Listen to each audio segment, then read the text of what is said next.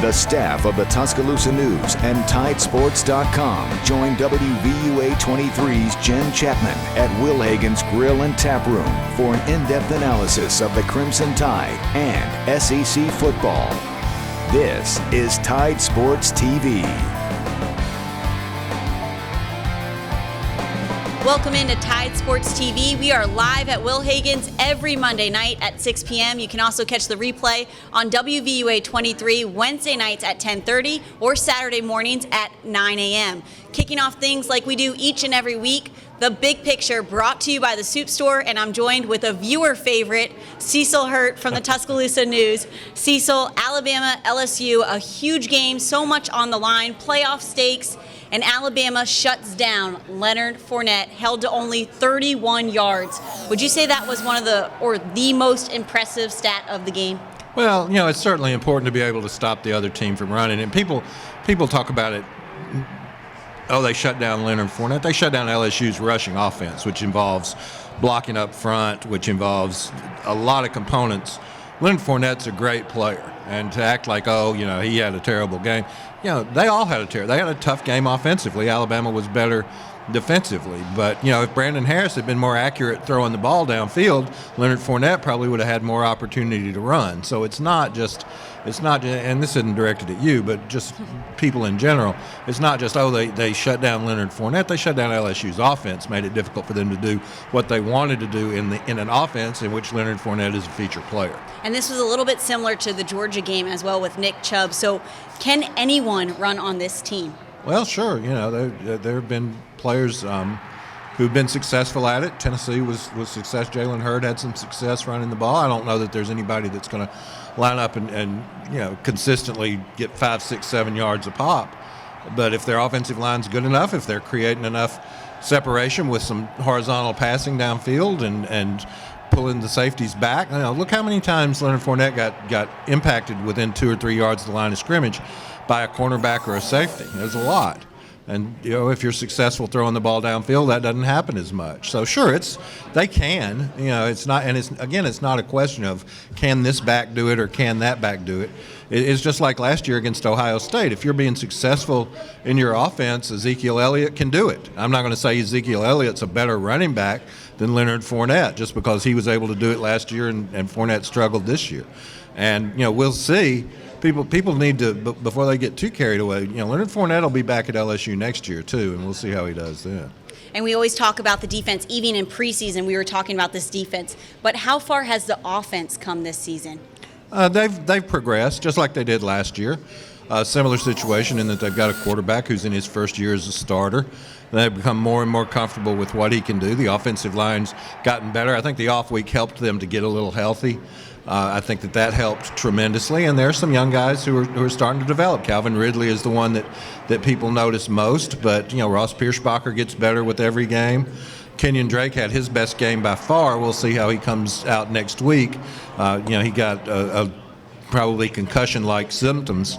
Nick Saban said he got his bell rung, you know, but I've reached a point where let's call a concussion what it is, you know, and not, oh, he's got cobwebs. You know, if you actually reach up and pull a spider's house off your cheek, you've got cobwebs. If you got hit in the head and don't know what day it is, you've got a concussion. All right.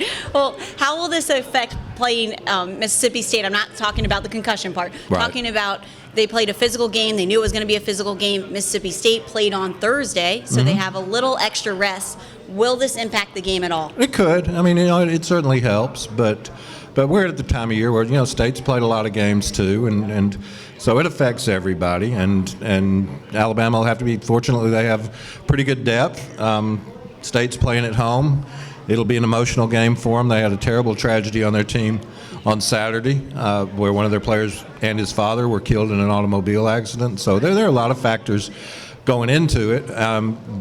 So we'll just see. It's just the same as it is against State, you know, not necessarily with a Thursday night game, but they've played State coming off of LSU for several years now on the SEC schedule, and, you know, sometimes it has had an effect and sometimes not so much. And I think some people tend to forget that this is a big game for Mississippi State. Last year, for the first time ever in the history of their program, they were ranked #1 in the country, and then Alabama beat them. Well, and it's a big game for this year's team too. They only have 2 SEC losses. They'd like to get into that mix. They don't have a tie, but they have to have some help against LSU. But maybe they'll get it. Maybe somebody down the road will. They certainly aren't mathematically eliminated, so they want to keep playing. And earlier we talked about players that can run on Alabama. Well, Dak Prescott poses that threat. This past weekend, his 100th career touchdown. He's an experienced leader. Coach Saban even alluding to that today, saying he's been in their offense. He knows what he's doing.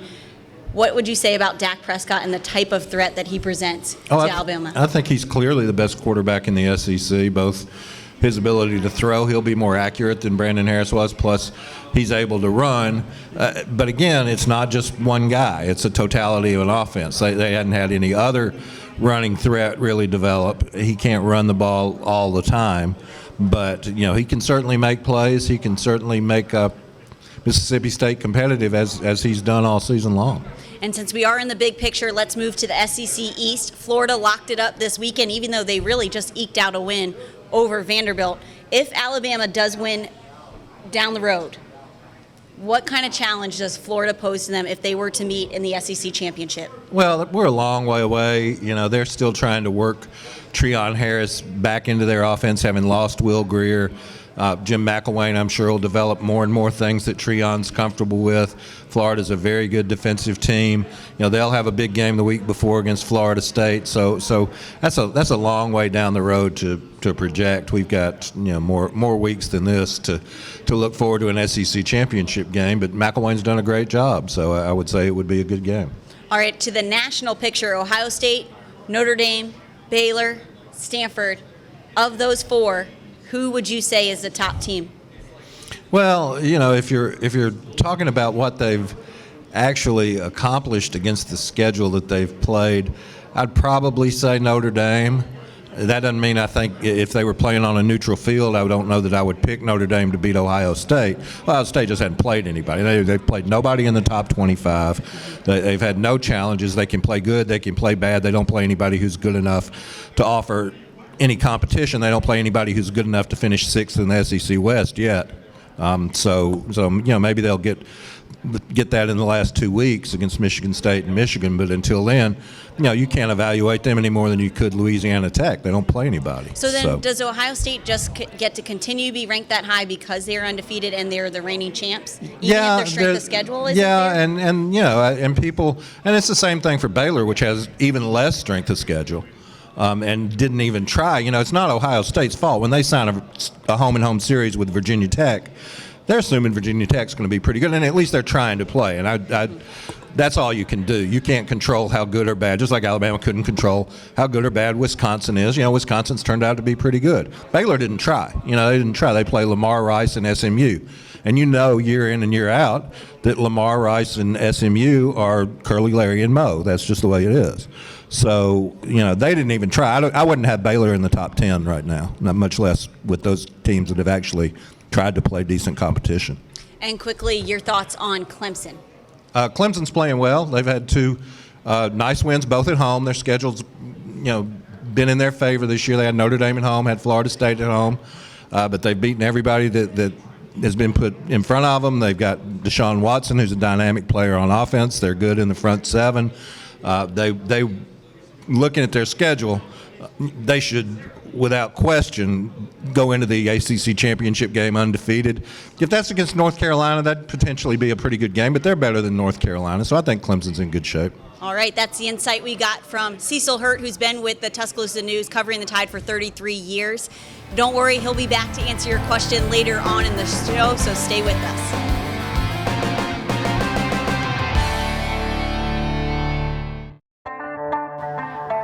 Welcome back to Tide Sports TV here at Wilhagan's every Monday night at 6 p.m. Now it's time to go inside the Tide, brought to you by Ziegler Meats. Joining me from the Tuscaloosa News is Ben Jones. Ben, let's first talk about what was more impressive, Derrick Henry's 210 yards and 3 touchdowns, or Leonard Fournette's 31 yards? I don't think there's a wrong answer on this one, but if you're asking me to pick, then I'm not going to give you a non-answer. So I'm going to say that I think the defense's performance against Leonard Fournette was more impressive. Derrick Henry's had big games at other points during the season. I think that he finished with 243 yards against Texas A&M. Texas A&M's defense, obviously not what LSU's defense is, particularly against the run. But when you look at what Alabama's defense was able to do against Leonard Fournette, no one had come close to that at any point this year. So I think that was what was more impressive. Leonard Fournette finished with 19 carries for 31 yards and a touchdown. He had one carry that went for 18 yards. He had 3 carries that went for 4 yards each. And then his other 15 carries combined went for a total of 1 yard on the night. So 15 of his 19 carries on the night went for a total of 1 yard. Wow. And with those stats right there, that's what's catching the attention of the national media now, national fan base of college football. But for us here at Alabama, it's really not that surprising watching this defense week in and week out. And what is it to this defense that allows them to be that good? It's the talent and the depth, and you can't talk about one without also discussing the other. This is a group that is so deep at this point that there are 5-star recruits that are sitting on the second and third string at this point, and it's not because they can't play or they're having struggles when they get on the field. It's just because the guys that are in front of them are so effective when they're in the game. I think that when you have guys, and the defensive line goes about 9 deep at this point, when you're able to run guys in and out like that, you can play certain players in situation like Darren Payne, a bigger defensive tackle, played a lot more this weekend against kind of a run-heavy team, and you have guys that are going to be more effective in certain spots like that, and other personnel groupings that will be more effective against teams like Texas A&M or Tennessee, some more of the spread teams. That's what makes this defensive line so good, because there's no situation that you can put it in that it won't be prepared for with the personnel that it has. It's amazing how much they're constantly changing. Watching just from the sidelines, you can see them shifting in and out. Right. And it seems to be never a letdown no matter who's in. Yeah. Well, let's talk about the offensive line. They've gotten a little bit of criticism earlier in the season. However, obviously, Derrick Henry, a good running back, always credits his offensive line, and he did just that this weekend. Ryan Kelly named the offensive lineman of the week for the SEC. How has this offensive line improved? I think, particularly with the bye week this week, you started to see a couple of guys get healed up. I think you have to give Dominic Jackson a lot of credit for being able to come into the game after having and play really well. I think he went through pretty much the entire game, despite having an ankle injury that kept him out against the second half against Tennessee, and was really questionable probably up until about the game time. You know, he was able to practice during most of the week, but Nick Saban said going into the game that it was really just going to be about pain management and how much he could take. So you have to give him credit for being able to go. And Cam Robinson has been dealing with a lot of the same stuff throughout the course of the year. It looks like he's probably a little bit closer to healthier now that he's had a couple weeks to get healed up. And the rest of the offensive line, like you said, has been really solid throughout the season as well. It looks like the bye week did him good. He looked much better, fresher out there. I think he needed that. All right, let's talk about the negative plays. Saban addressed it a little bit today. This offensive line was so dominant, yet there's still so many negative plays.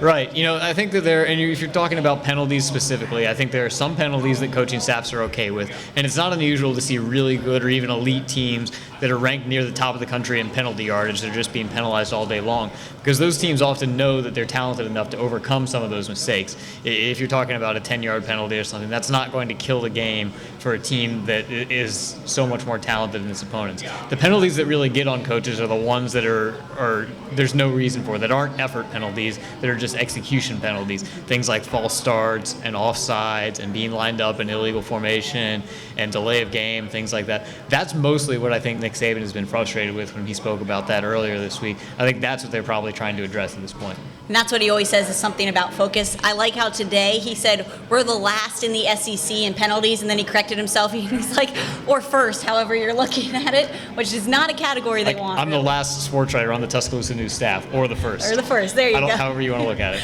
Let's move on to Jake Coker. You know, a lot of uncertainty with him coming into the season. Where has he shown the most improvement?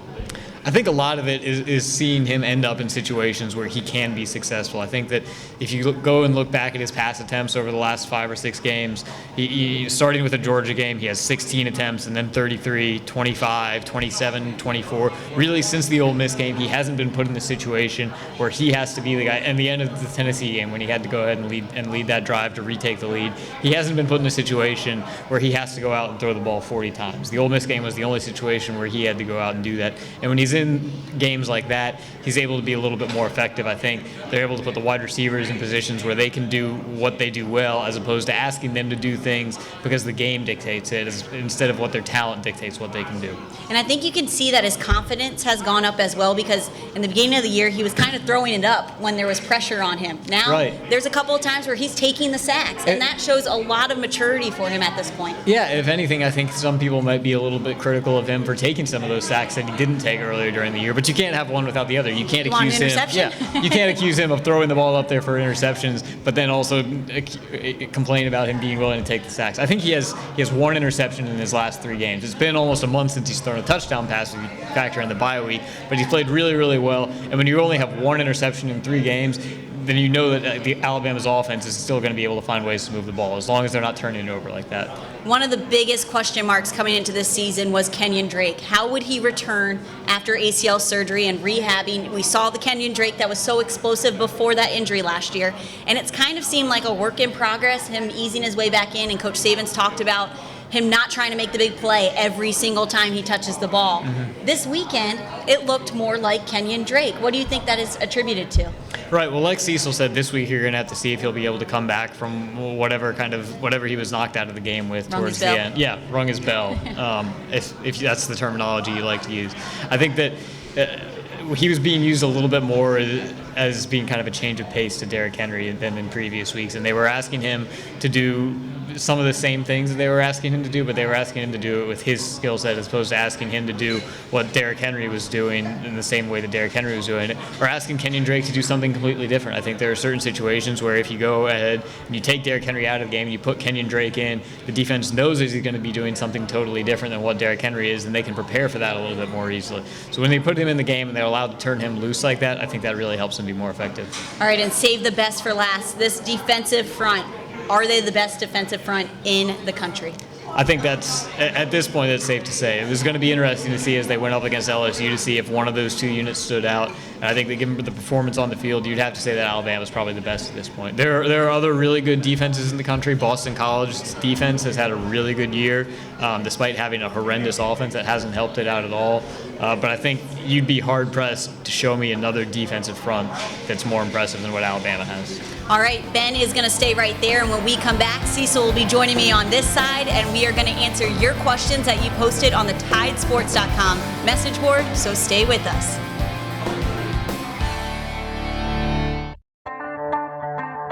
Welcome back to Tide Sports TV. It's now time to answer your questions that you posted on the Tidesports.com message board. Starting off with, is Alabama a lock for the college football playoff if it wins out and wins the SEC?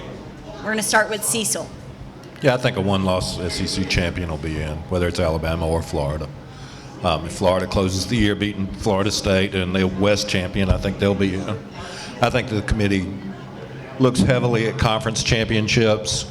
Whoever it'll be either 4 conference champions or 3 conference champions in Notre Dame, which is the only exception. So, yeah, I think the SEC champion's in good shape. Yeah, I'd agree. I think that Alabama will obviously move up in the rankings this week after beating LSU, which was number 2. And I don't think that they're going to get a tremendous benefit from the strength of schedule of the last 3 regular season games. But beating Florida would certainly help them a little bit in the SEC championship. There's no reason to think they wouldn't be there if they went out. All right, the next question. What did you think of the atmosphere at Bryant Denny Stadium for the LSU game? And I'll actually start with that because I thought it was a little comparable to last year's Iron Bowl. But the other thing I noticed, I thought there would be a lot more LSU fans at the game, and it felt like the Tennessee game, there were more Vols fans there than there were LSU fans this past weekend. But I saw quite a few of them out there tailgating and walking. I just guess they didn't get in the game. Tickets are expensive. Tickets were too expensive. I was impressed. Tickets are expensive. Beer on the Strip is not expensive, relatively speaking. I was impressed with the crowd as well, given what the conditions were in the game and a late start. I know a lot of people talk often about having to travel after a late game and get back to Birmingham or get back to Montgomery or anywhere. I think that when you see a crowd stay late into the 4th quarter and be as loud as it was in the second half of a game like that, it really makes a difference. Yeah, I thought it was far and away the best atmosphere of the year. Really the first time this year I thought it had been a elite atmosphere in Bryant Denny. All right, since it is November, Cecil said we are allowed to answer this question. Is Derrick Henry now a bona fide candidate to win the Heisman Trophy? Sure, yeah. I mean, he's one of several, and that doesn't mean he's automatically going to win it. What happens, this is true every year, what happens is if you start out as a front runner, then everybody starts looking for you to have a bad game so they can knock you down and name another front runner, because that's the way the narrative works. It's dull if you just say the same guy every week, and it's apparently very exciting if you can come up with a new name every week. But Derrick's certainly the name of the week after his performance against LSU, and will continue to be. Now, again, does that mean he'll win it? Not necessarily. It's still tougher for running backs than quarterbacks. There's just not a super quarterback next year, because I think people understand that Big 12 offensive statistics are inflated like a birthday balloon. So it's something that people look at. Yeah, and I'd like to add as well that I think that Leonard Fournette should stick around in the Heisman race, and probably will. He's a really good player who had one poor game, but if he continues out the season at the pace that he was having before, then I think that it will keep him in the conversation. And it is November, but it's still early November, so there's still quite a few games left on the schedule. All right, how about Shawn Robinson's performance? How did we not discuss this earlier? Does it get any better for a defensive lineman literally hurdling the line in that game? What did you guys think about that?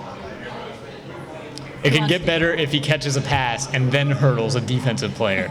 That's how it could have been better. But no, he's a guy who had an impact in all three phases of the game. Obviously did a really good job on the defensive line, keeping Leonard Fournette bottled up. Did a great job on special teams with the extra point block, and was lead blocker on offense on at least one of the touchdown runs. It had a really good game overall.